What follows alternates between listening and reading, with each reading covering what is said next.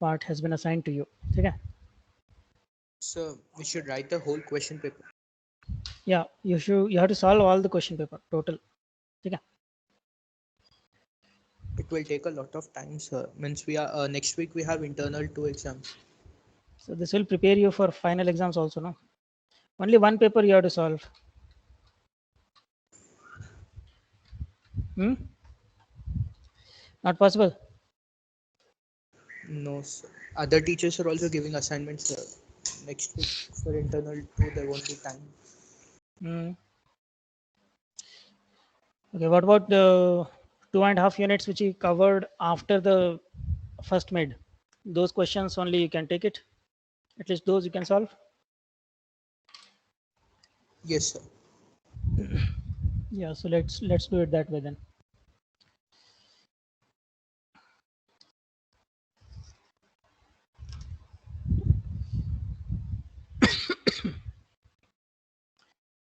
So final thing is you have to do the assignment for the last 2.5 units. Whatever questions belong to the last 2.5 units, that means on the gears, cams, or what is the other topic? Gears, cam, and okay, Third unit is dynamometers. dynamometers. Yes, friction part we covered in the first unit, right? Yes, sir. Friction was covered in the first mid. After friction, whatever we have, the dynamometers and what else? Still opening. Just give me a minute. Here it is.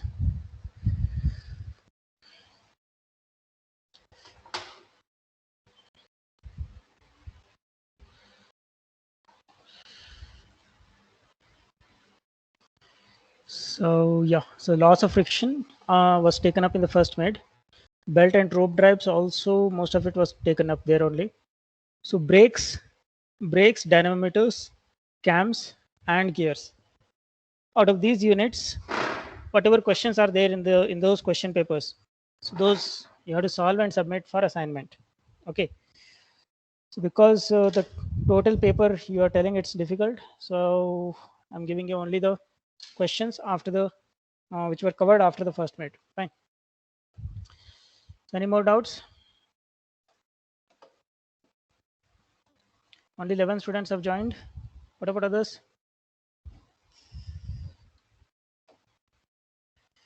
Yes, ma'am.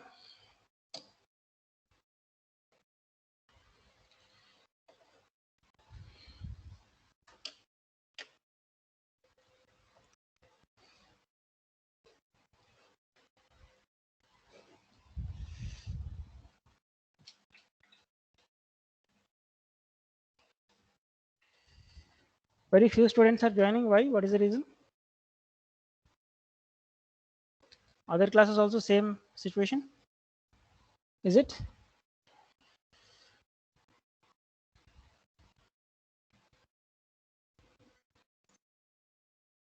Already started preparation for mid exam? Fine. So let us go to the next Sir, stage. Yes, ma'am. Yes. our second mid exams are online or offline, sir? I don't have an idea about that yet. We'll have to ask Durgesh sir to get clarification about that. Yeah. Okay. So we were discussing about the classification of gears, right? So we have covered till crossed helical gears and warm gears also. Yeah. So almost everything was covered. So I just didn't go into the details. I've shared you the link for notes. The notes link I'm sharing it once again. And go through this. Okay. You may get questions asking you about one of these different types of gears. They may ask you about one of the different types of gears, or they may ask you to completely do the classification. Fine. They may ask you what are the different types of gears. So if they are asking about what are the different types of gears, then you have to write all these. Okay. So these are the all different types. So first, based on the parallel shafts, we have around 4 examples. In that, again, herringbone is a special case of double helical gear. Then in the intersecting shaft, we have 3 examples. In the skew shaft, we have 4 examples. So if they are asking only about classifying, you can write it like this. If they are asking in detail about a particular type of gear, you can note down these points. Those points, if you are able to write or if you are able to make it into a good paragraph, that should do. Okay. Try to draw diagrams wherever possible. Try to draw diagrams wherever possible. Fine. So the diagrams, they need not be super accurate using the instruments, but we should be able to make out what are the gears. Okay. What is the shape being drawn over there? That will be enough.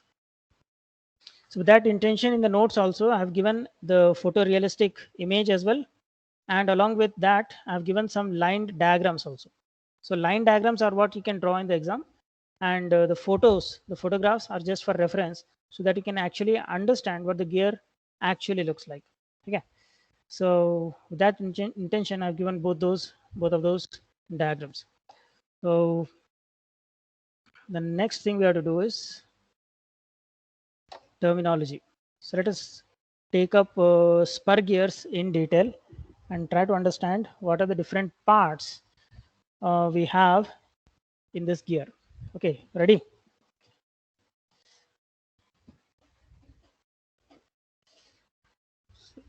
Take this.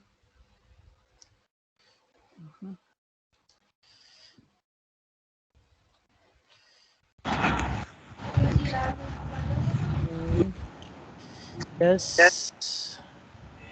Any doubt? Good afternoon, sir. Good afternoon, ma'am. Good afternoon. Any doubt? Okay. So if you have any doubt, you can unmute and ask the question. Okay. So let us start with this nomenclature, right? So in the gear, there are various different parts, and we should understand what the different parts are called. Okay. So you can see 2 teeth have been given here as an example. So here you can see the top land, the top face of the gear, that is called as top land, and the bottom face here you can see that is called as the bottom land. The side of the teeth, they are divided into 2 parts. The sides of the teeth are divided into 2 parts. The first part is called the face. Second part, the lower part, is called as the flank. Now, at what point do face and flank get divided? So what is this point at which face and flank get divided? That is the pitch circle. The pitch circle. So what is a pitch circle? What is a pitch circle? Anyone? What is a pitch circle?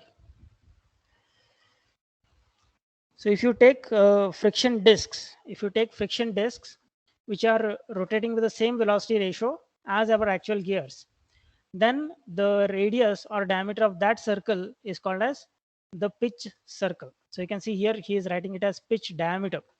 The point where they both make contact, where the friction discs make contact, that point is called pitch point. That point is called the pitch point. Okay. So let's come back to this, right? So pitch circle is where the face gets divided from the flank.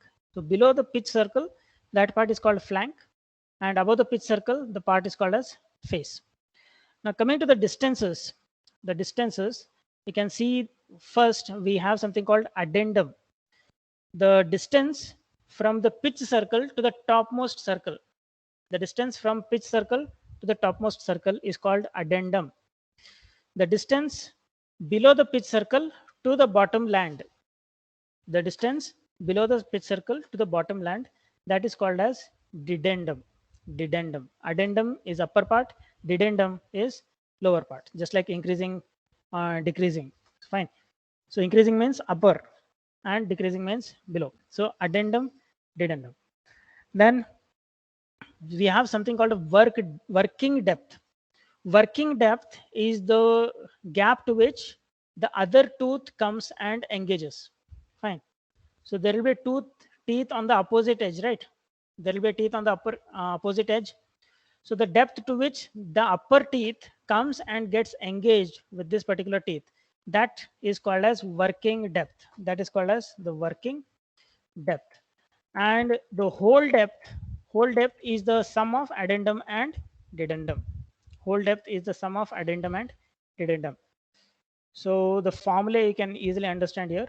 So whole depth is equal to addendum plus dedendum.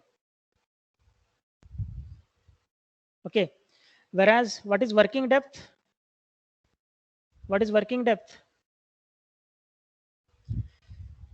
Working depth is addendum of first gear plus addendum of second gear. Okay. So this, if we consider this given gear as first gear and the upper gear as second gear, so that's what. So the addendum of the second gear we have to add to the addendum of the first gear. That will give us the working depth. That will give us the working depth. Fine. Then so we have something called circular pitch. Circular pitch. Circular pitch is the distance between two teeth. Circular pitch is the distance between two teeth as measured on the pitch circle. As measured on the pitch circle. Fine. So you can see the distance from this point to the next point on the same teeth on this circle. Okay. So this distance is called as the circular pitch. So what do you think is the formula for circular pitch? What is the formula for circular pitch? 2 pi r will give us the total circumference. 2 pi r will give us the total circumference divided by number of teeth. Divided by number of teeth. That will give us the circular pitch. So what is r here? What is r here? Radius of which circle? Pitch circle. Radius of pitch circle is nothing but r, and t is number of teeth. Okay. So some of these formulae you may have to remember. Okay, some of these formulae you may have to remember, and using this formulae you may need to do calculation and give answers when it comes to the exams. Okay.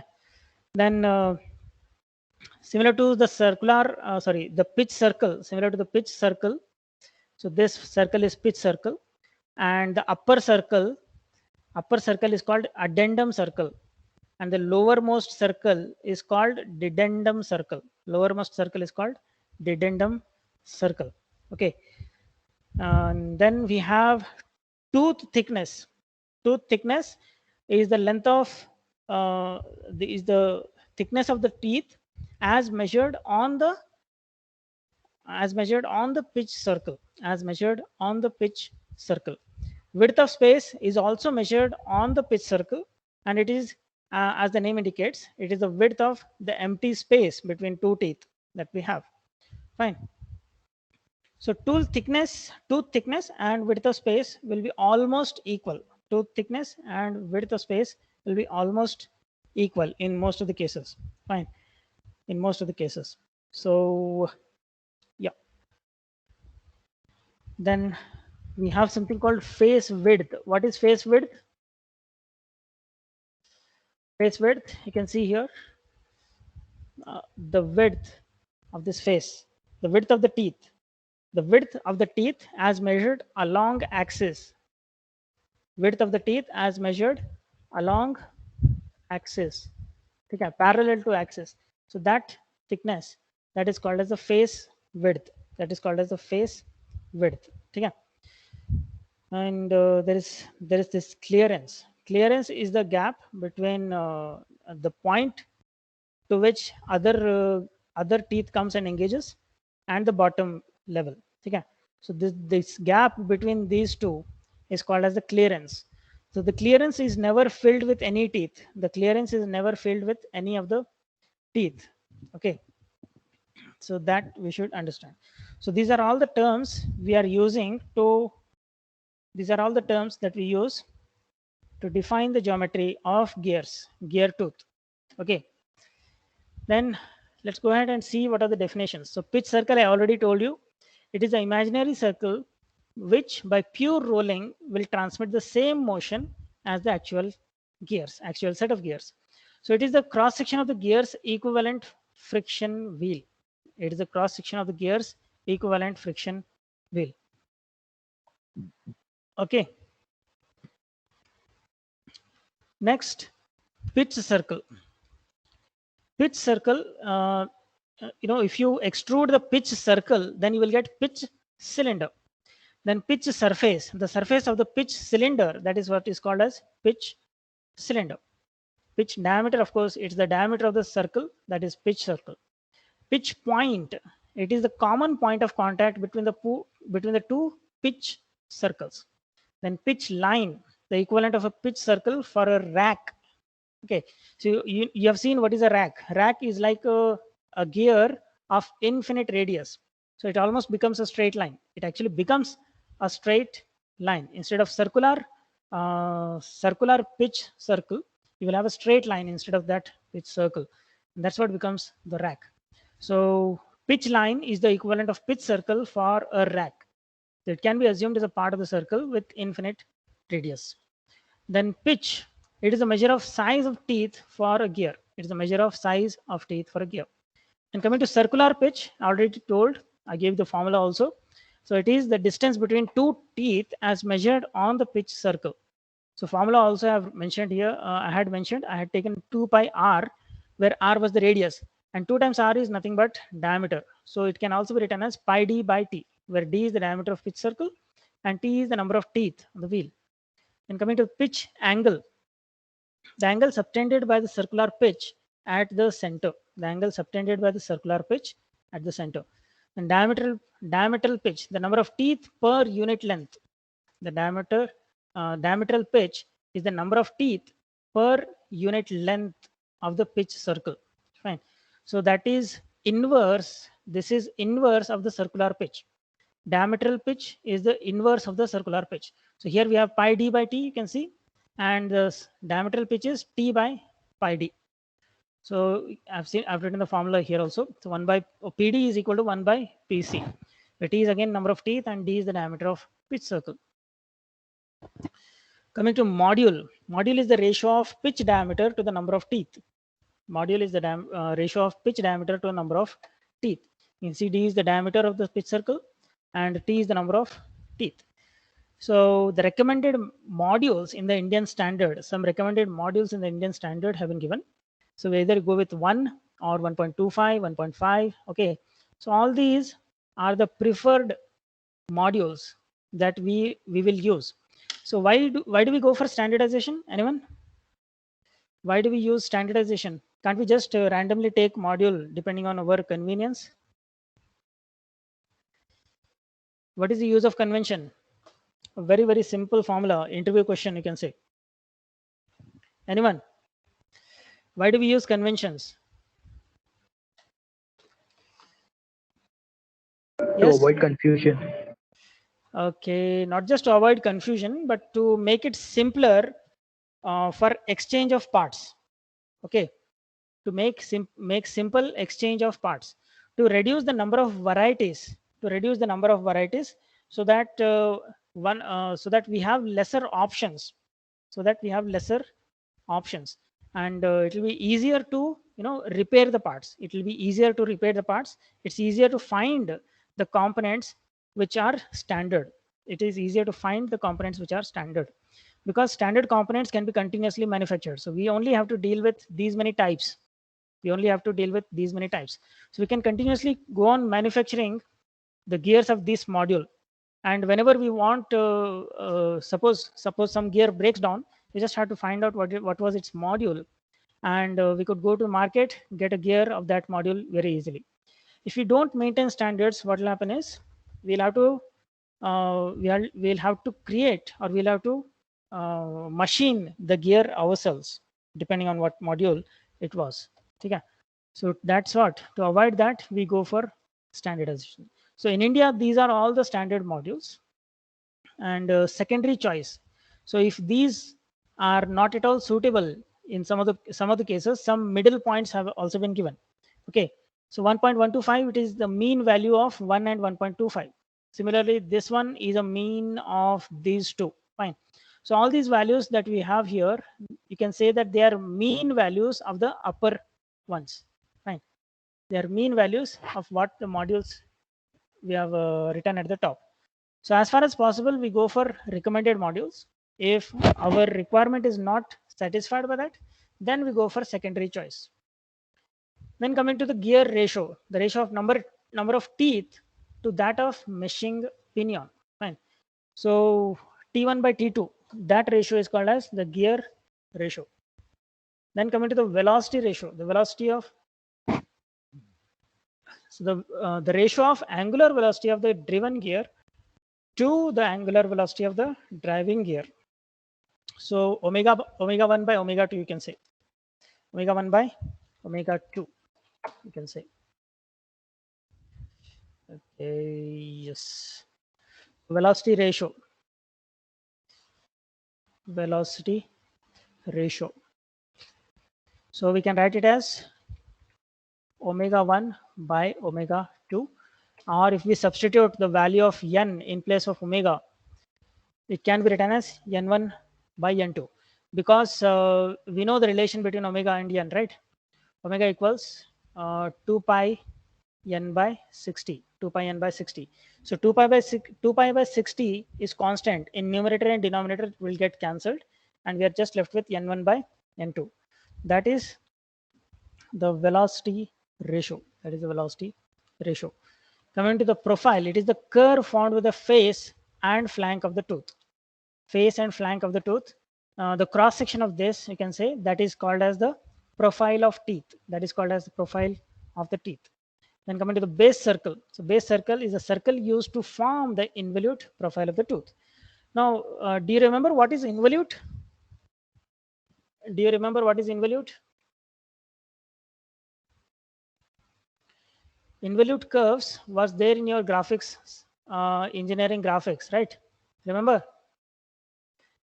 How did you get involutes? Yes, ma. How did you get involutes? Anyone? Not a single student. What is We involute? draw the Yes? Come on, try. we keep on increasing the diameter and we mark points.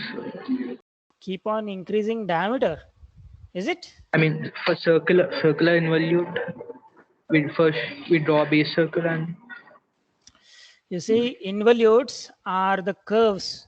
Involutes are the curves traced by end point of a string as we unwind it from any cross section. As we unwind it from any cross section. So here is a video that I had made it for first year students, engineering graphics. I'm sharing that in your group. If you don't know what is involute, you can just go through that, and I hope you will understand what it is. Okay. So there were a few more set of videos I had created on how to physically get the involute, how to physically draw the involute. Okay. So that link also I'm sharing here on your WhatsApp group. Okay. So watch those two videos if you don't know what involute is. Okay. Now let's come back and continue. So the base circle is the circle which is used for making the profile of the tool. Fine. So for example, here, if you use a circle, right, then what will happen over there is, suppose you're starting to unwind it from here. Okay, you're starting the unwinding process from this point. Then as we go away, what will happen is the length keeps on increasing. Okay, the length of the string that is unwound from the circle, it keeps on increasing. Fine. And the path, okay, sorry, the path traveled by the end point of string, the path traveled by end of string, okay, that is called as the involute. So what we have here in green color, I can call it as a string or a thread. Fine. So a thread is rolled all over the circle. A thread is rolled all over the circle. So I'm slowly unwinding that thread from the circle. So when I'm doing that, the path that I get, the path that I get, that path is called profile. Okay, and this profile, when we are using a straight string and unwinding it from the circle, this particular profile is called involute. This particular profile is called involute. Okay, so apart from involute, you had also studied about something called cycloid. Okay, cycloid also we have studied in the engineering graphics again. So we had two types. One was epicycloid, one was epicycloid, and the other was hypocycloid. Remember? Don't remember? Yes, ma'am. Yes, sir. Yeah. So involute is when you're unwinding the string from some cross section, and epicycloid, hypocycloid is when you're doing the reverse. Fine. So what happens is in epicycloid, hypocycloid. Okay, let me search for that. Hypocycloid, epicycloid, and hypocycloid. So this is a cycloid. That means it is traveling on a straight line. It is traveling on a straight line. Then it is called cycloid. If it is on the outside, if it is traveling on the outside, then it is called as a epicycloid. Then it is called as a epicycloid. Fine. And if it is turning inside, then it is called as a hypocycloid. Okay. So all these videos are available. If you don't know what it is, you can just go back and take a look at it. Of course, you will not be required to draw these in exams. You will not be required to use instruments and draw these curves in the exams. But you should have an understanding of this to understand how the profile is created, how the profile is generated. Addendum and dedendum, I've already talked about it. I'll just skip that. Take a note of all these points that I'm writing here from different books. Okay. So this may help you to answer questions, right? And coming to clearance, I've already told you the difference between the total depth, and the sums of addendums of the two gears, that is called as the clearance. And the clearance circle, it is a circle which is passing through the top of the other gear, the top of the teeth for the other gear, second gear. Okay.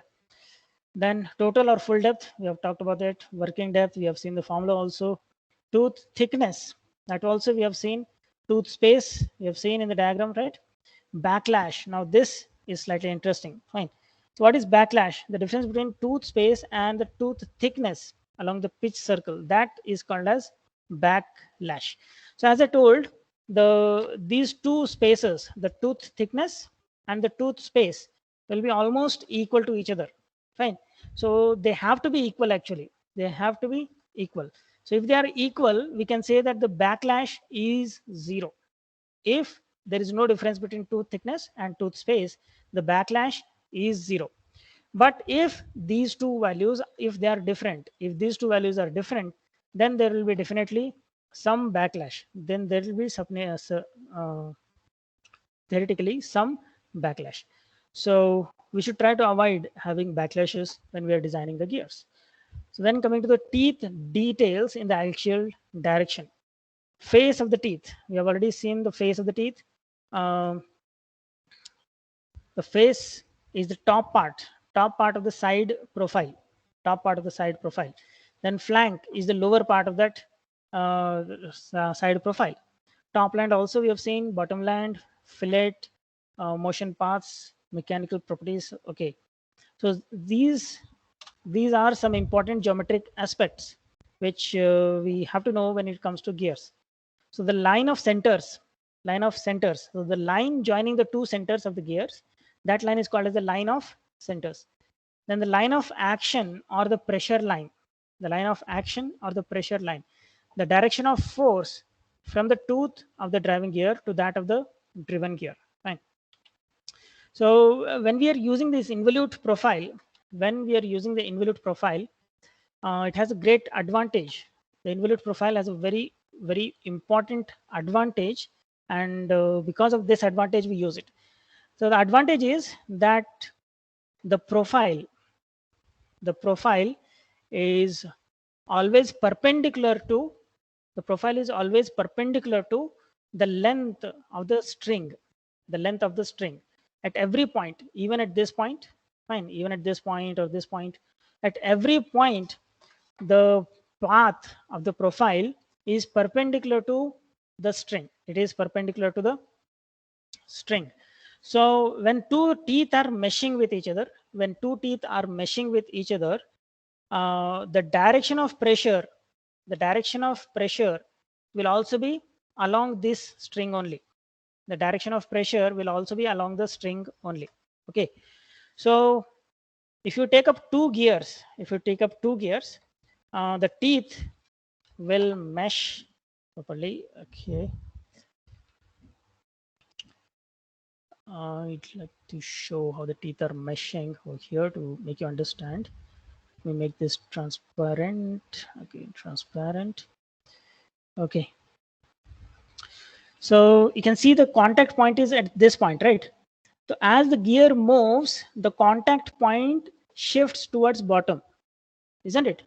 As the gear moves slowly, the contact point shifts downwards. Okay, it's fixed. Okay.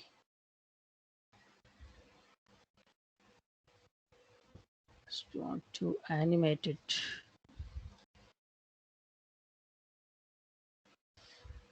Okay, let me make it little slow for you too.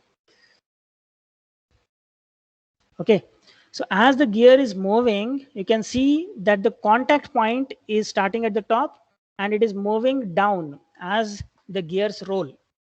As the gears roll, the contact point between the teeth, it is moving downwards. Okay, so the path of that contact point is what we call it as, okay, where did it go? The path taken by that is called as the line of action. That is what is called as the line of action. Okay. Then the pressure angle, the angle of obliquity. So this is the angle between the common normal to the two gear teeth. It is a angle between the common normal to the two gear teeth at the point of contact and the common tangent at the pitch point. So this angle is called as the pressure angle. So standard pressure angles we use that are 14.5 and 20 degrees. So these are the two angles we almost always end up using. Then, yeah, of course, some points are given about the gears. If you're asked what is a gear or what are gears, then you can write these points. Then pinions are usually the smaller gears. Wheels is the name given to the larger gear. Annulus or annular wheel, that will be the large gear with teeth on the inside, And of course, rack is like a gear with having infinite radius. Rack is like a gear having infinite radius. So it will be on a straight line. Okay, so all these definitions you must know. You may get questions in the first part.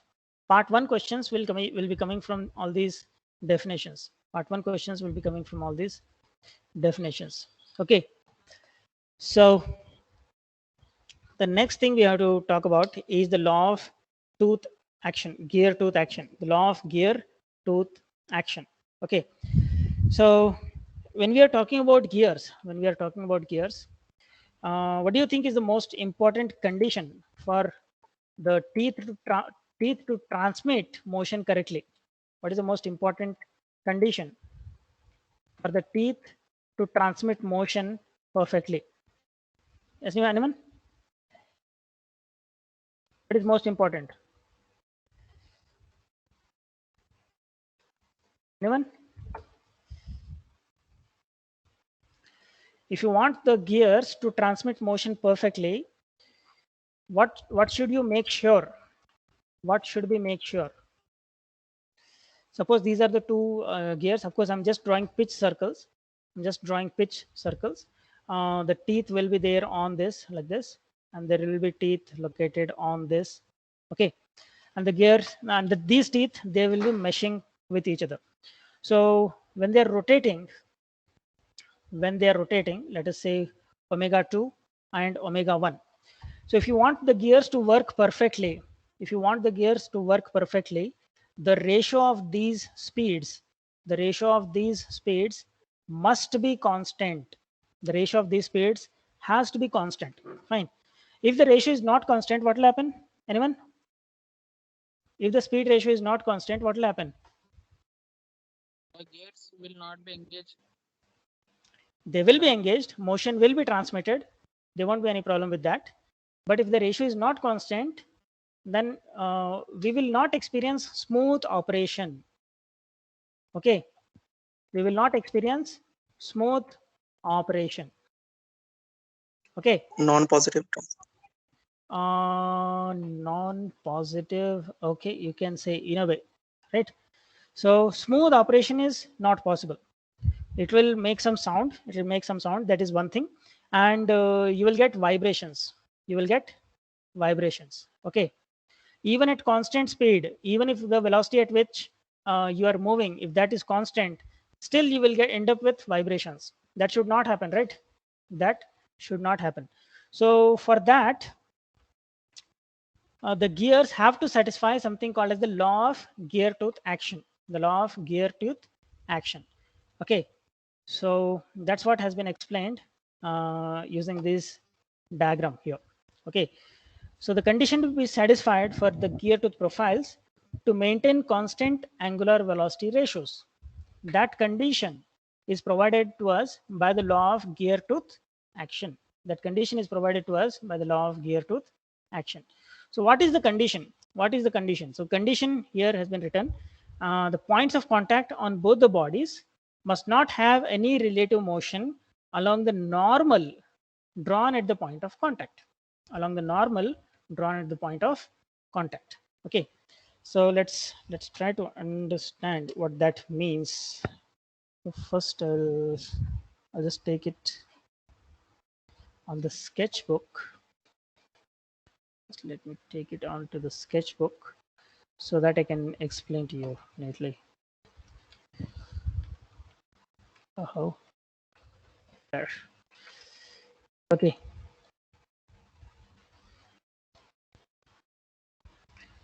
Actually,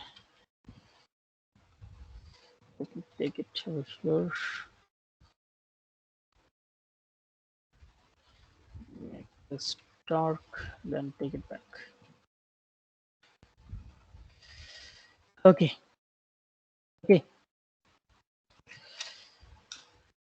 We are taking some random shape. We are not taking exact teeth. We are taking some random shape, and we want to find out the condition for constant velocity. We want to find out the condition for constant velocity. Now I can see the line n.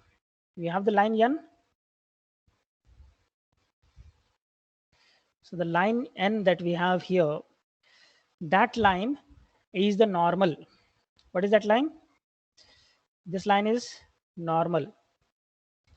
Normal means perpendicular at the point of contact. Perpendicular at point of contact. Okay, so this green line represents our normal. So what does our definition say? So here it is, the condition. The condition tells us that the points of contact on both the bodies must not have any relative motion along the normal drawn at the point of contact. That means there should not be any velocity. In the direction of normal. So where is normal? Okay, 1 minute. So this velocity should not exist. Okay, that's what the condition is trying to tell us. So how to obtain that condition? So first of all, we have to assume two bodies. The diagram has been shown here. Here. So the body 1, it's rotating about the point B. You can see the body 1. Sorry. Body 1 is rotating about the point A. 1 is rotating about point A. 2 is rotating about the point B. Right, mistake here. Right, so body 2 here, you can see that is rotating about the point B. And the body 1, it's rotating about the point A. So at the point C, we have the two bodies making contact with each other. At the point C, we have the two bodies making contact with each other. The line N is the normal drawn at the point of contact. The line N is the normal drawn at the point of contact. So C or D are the contact points between 1 and 2. C is on the body 1, D is on the body 2. Now NN is the normal at the contact. TT is the tangent at the point of contact. Fine. So you can see there is a dotted line TT here. The dotted line TT, that is the tangent drawn at the point of contact. That is tangent drawn at the point of contact. Next, P is the point of intersection of NN and AB. NN and AB. So NN and AB, those 2 points, they intersect here at P. And that point is called as the pitch point. That point is called as the pitch point. Then BF is drawn perpendicular to DF. So you can see here BF is drawn perpendicular to the normal line NN. And again we draw AE. AE also is drawn perpendicular to the line NN. And when we draw these, alpha and beta angles we will get the angles alpha and beta. So alpha, you can see, is the angle between the line joining point of contact with the center and the perpendicular drawn to the normal line. Okay. Same way here for the second object also, we have the angle beta. We have the angle beta. So alpha and beta angles we will get there. Omega 1 and omega 2, these are the angular velocities of the body 1 and 2 respectively. VC and VD, these are the linear velocities of C and D respectively. So we know the relation between linear velocity and angular velocity. What is the relation between linear velocity and angular velocity? What is the relation between linear velocity and angular velocity? Anyone? Rotation, radius r. Yeah. So linear velocity v and angular velocity omega. So relation between them is v equals omega into r. V equals omega into r, or omega equals v divided by r. So this relation we can use to find the velocity. This relation we can use to find velocity. So you can see VC, the velocity of the point C, which is located on the body 1, that is given as omega 1 into AC. AC is the length. AC is the length. Okay. Then same way VD, the velocity of the point D located on the body 2, that is given as omega of the second body, that is omega 2 into the distance BD. Okay. So those two will give us the values of VC and VD. Now VC will be acting perpendicular to AC. VC, the velocity of the point C. VC, the velocity of the point C, will act perpendicular to the line AC. And VD, the velocity of the point D on the body 2, that will act perpendicular to the line BD. Okay. So these are the directions of the two velocities. These are the directions of the two velocities.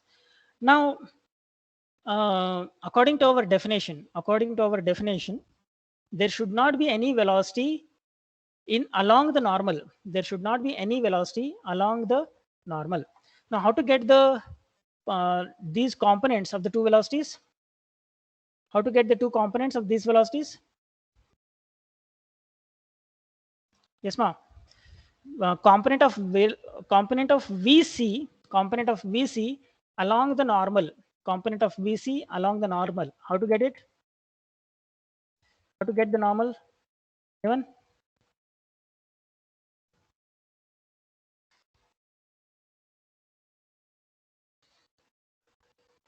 How to get the component? Okay. Anyone? VC is acting in this direction. We want its component. We want its component in this direction. How can we get the component? The angle between them is alpha. So what will be this component? It will be VC into cos alpha, isn't it? VC into cos alpha. Same way for VD also, we will get VD cos alpha.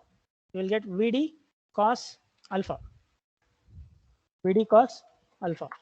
So those two components we will get, right?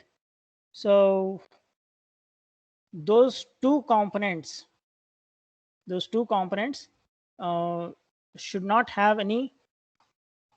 They should be equal. Actually, they should be equal, and that's what is the law of gear teeth. The law of gear teeth. I think in the notes I have not entered it fully. Okay, just give me a minute.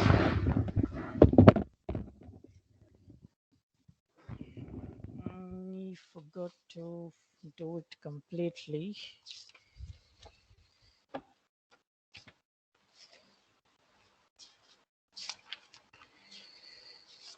Okay. Terminology, gear teeth, law of gearing. Yes. So the difference between these two components, the difference between those two components, that has to be 0. The difference between those two components has to be 0. Fine. So VC into cos alpha minus VD into cos beta. This value has to be equal to 0. This value has to be equal to 0. Now we know the relations for VC and VD. We know the relation for VC and VD. What is VC? VC is omega 1 into AC. Omega 1 into AC into cos alpha. Minus what is VD? VD, the velocity of D, that is omega 2 into the length BD, into the length BD. Right? And cos beta as it is. This total has to be equal to 0. The total has to be equal to 0. Now looking at this triangle over here, this triangle, if you look at it carefully, then we can get the values of cos alpha and cos beta. If you look at that triangle, we will get the value of cos alpha and cos beta. So what is cos alpha? Adjacent by hypotenuse, no? Adjacent by hypotenuse. Actually, okay. So cos alpha value, we will get it from this triangle. We will get it from this triangle, right? So looking at this triangle, adjacent is AE and hypotenuse is AC. Okay. Let us take these two. So cos alpha will be adjacent, that is AE, divided by hypotenuse, that is AC. And same way cos beta. Cos beta, we will take it from this triangle over here. Okay. So look at that triangle carefully. For beta, adjacent is BF. For beta, adjacent is BF divided by hypotenuse, that is BD. Hypotenuse, that is BD. Now, if you use these two values, cos alpha and cos beta values, if we substitute here, we will get one more relation. So let me take it on the next page.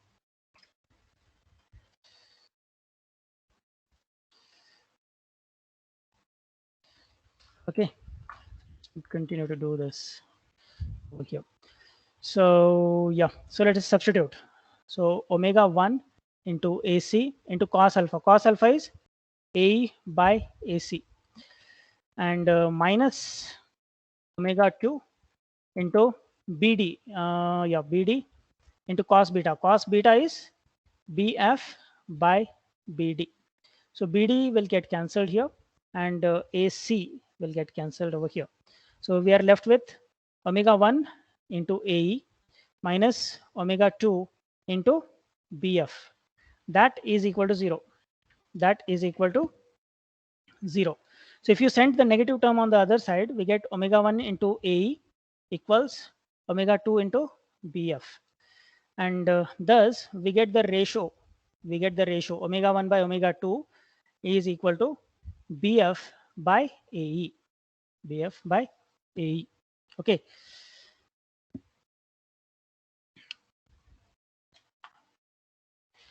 Now BF and AE, this ratio, BF and AE. Let's go back and take a look at this. So BF is this length and AE is this length. Okay. So these two ratios, the ratio of these two will be equal to BP by PA. So now we have to look at these triangles. Okay. Let me show these triangles. This triangle and this triangle over here. Are you able to see this? Now, if you see these two triangles, they are similar to each other, aren't they?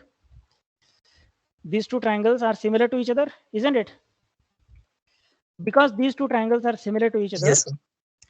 the ratio of BF by AE will be equal to the ratio of BP by PA. BP by PA. Okay. So this will be equal to BF by AE will be equal to BP divided by AP. BP divided by AP. So that gives us the relation omega 1 by omega 2 should be equal to BP divided by AP. Now what is point P? What is the point P?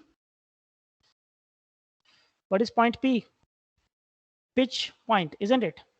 P is the pitch point. P is the pitch point. How do we obtain the pitch point? How do we obtain the pitch point? How do we obtain the pitch point? First, we have to take the line joining the two centers. And then we have to draw normal. That means perpendicular at the point of contact.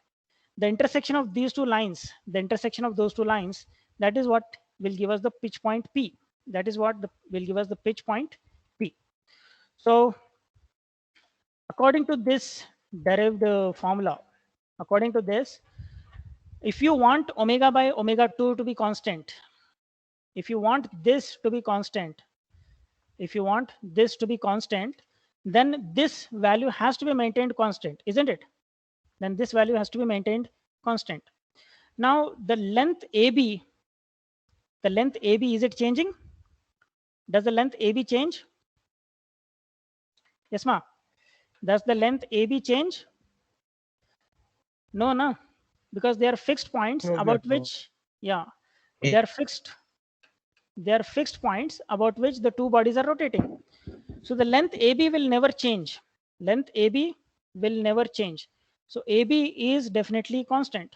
AB is definitely a constant. So if you want BP by AP to be constant, if you want BP by AP to also be constant, then P becomes a fixed point. P becomes a fixed point. Okay, P becomes a fixed point. That means if you want the velocity ratio to be constant, throughout the engagement of the teeth, the normal should always pass through the pitch point. Fine. Normal should always pass through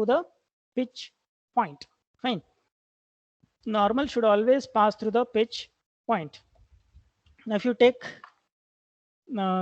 actually see the gear engagement, here, fine.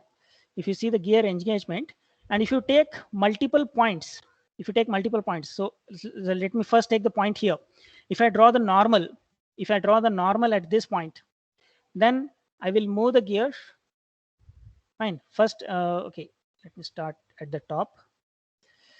Okay, so at this point I will draw the normal, then I will move it a little, again I will draw the normal at the point of contact, again I will move it a little, again I will draw the normal at the point of contact, again move it, draw the normal. So the normal drawn at the point of contact should always pass through a fixed point, and that point is called as the pitch point. Okay, And that pitch point is at the intersection of the two circles, pitch circles. The pitch point is at the intersection of the two pitch circles. Okay, so if these are the two gears and if these are the pitch circles, if these are the pitch circles, these are the pitch circles, then this point here is called as a pitch point. This point is here called as the pitch point. So that means the normal drawn at the point of contact at any position of the teeth should always pass through that pitch point, Okay, and that is how we come across the involute profile. That is why we come across the involute profile. Now here you can see, because the string is always perpendicular to the path, so this perpendicular drawn at any point on the profile, will always pass through tangential to the circle,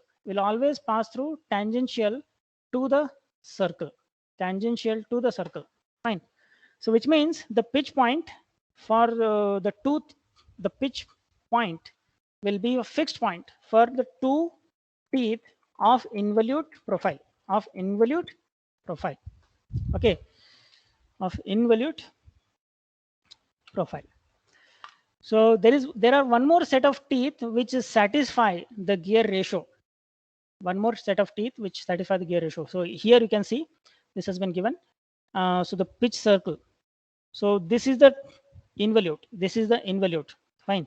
So AE, F, B, C. So this total curve that we have here is the profile of the tooth, and that is the involute.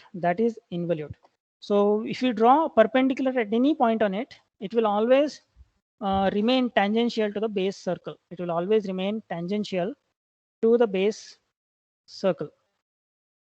And when the two teeth are intersecting, they will always have this point common. Okay. So here I have placed a video, and that video explains how we get this pitch profile. Okay. So I think the sound, are you able to hear the sound? Which makes accomplishing your work goals easier. It's very low, sir. Okay. The video sound you will not be able to get. To give you the video sound. Okay, I'll just do one thing. I'll just share the link in your WhatsApp.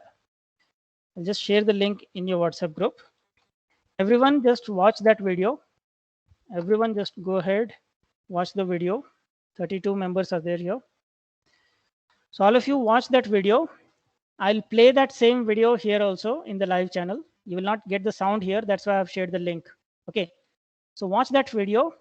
And once the video is done playing, you can come back. So I'll give you 7 minutes, 1.5 minutes extra I'm giving you so that you can watch this video completely. Okay. So I'm starting to play the video. You also open the video using your YouTube app. Watch it carefully. And once you're done watching, come back to us. Okay. Come back to the class.